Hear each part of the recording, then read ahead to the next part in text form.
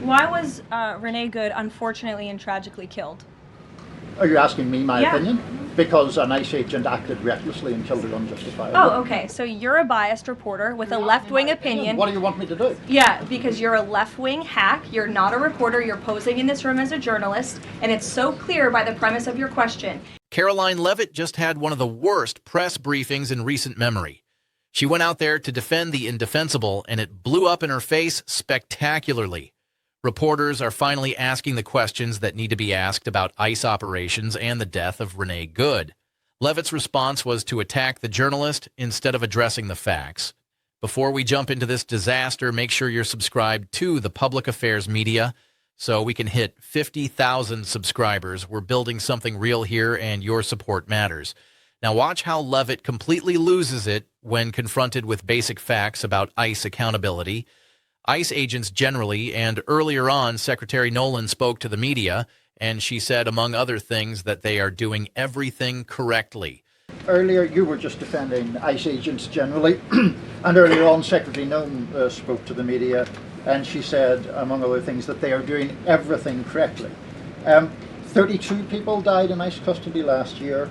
170 US citizens were detained by ICE, and Renee Good was shot in the head. This is journalistic malpractice from the podium.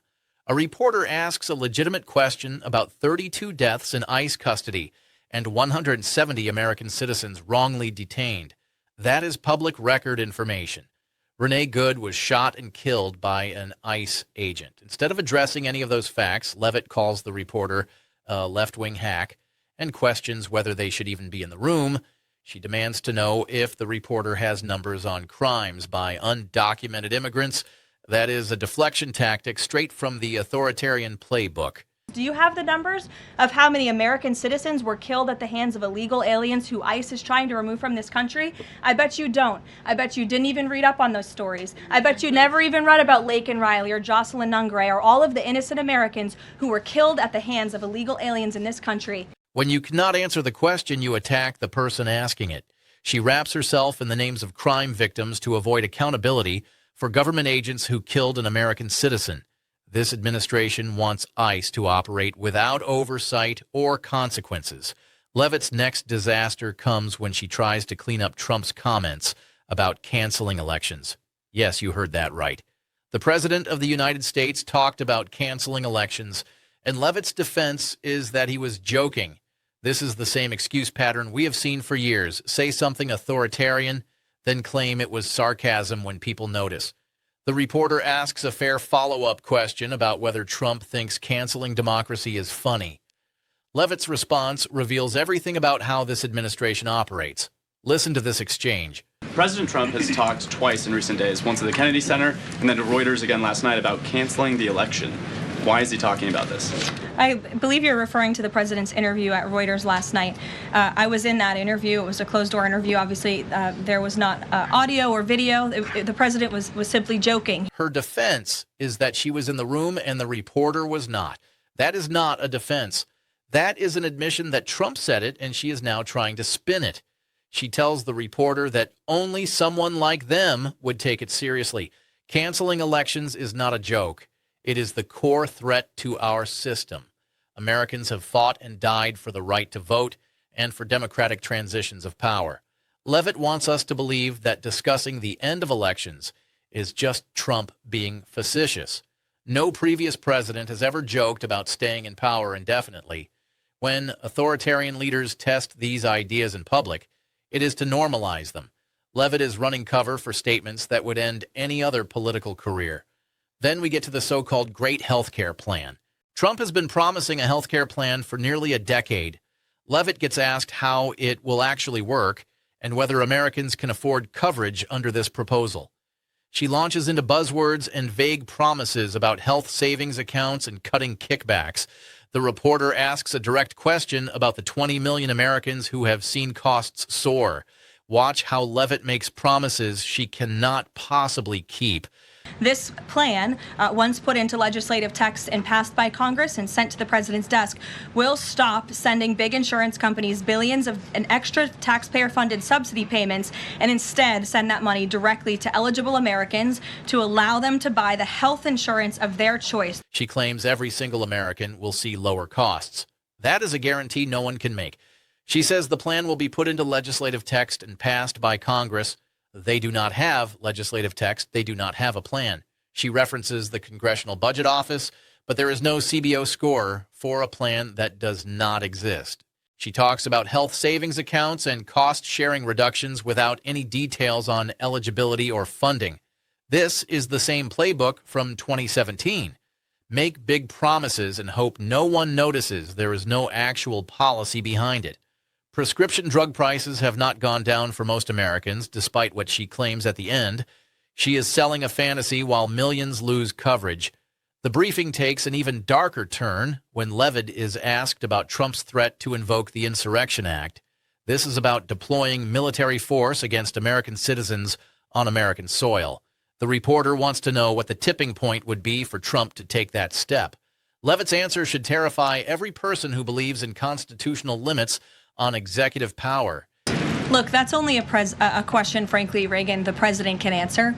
But the Insurrection Act is a tool at the president's disposal. As you know, it has been used sparingly, but it has been used by previous presidents in American history. And I think the president's Truth Social post spoke very loud and clear. Only the president can answer that question. That is her response. There is no clear standard. There is no oversight. There is no transparency about when Trump might decide to use military force domestically. She says the Insurrection Act has been used sparingly in history.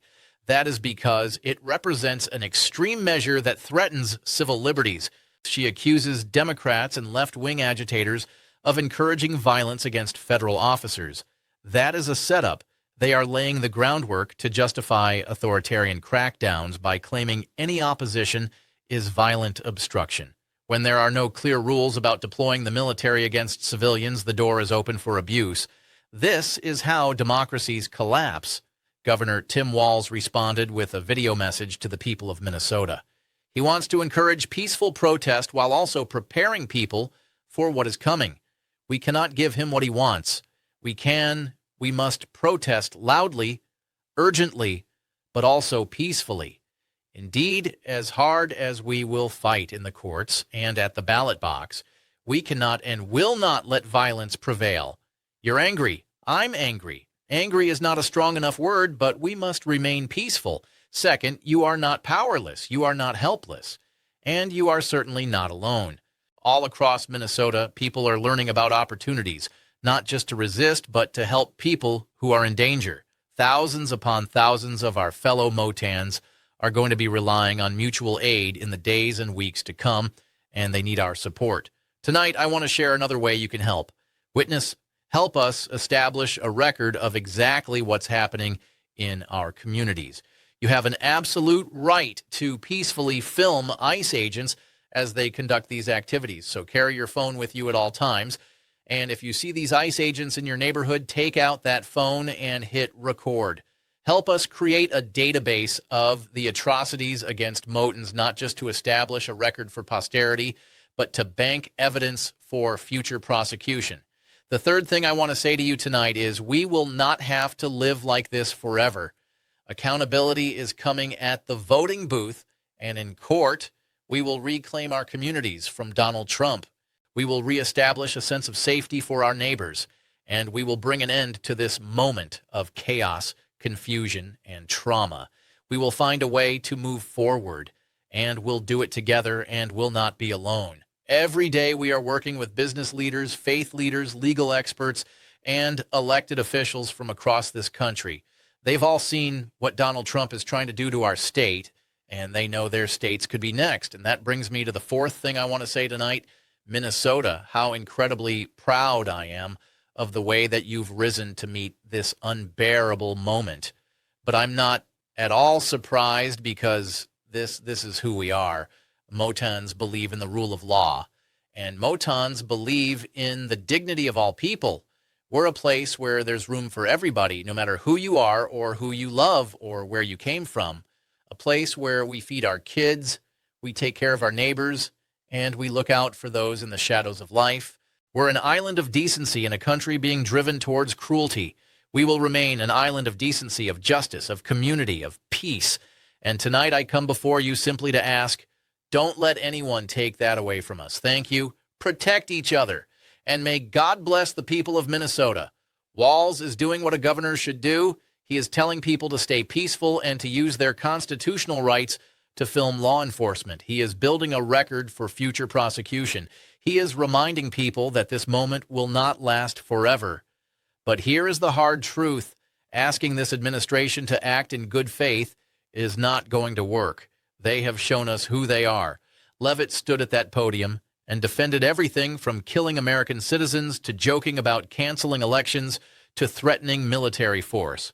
The Trump administration is not interested in working with governors like Walz. They are interested in breaking resistance and consolidating power.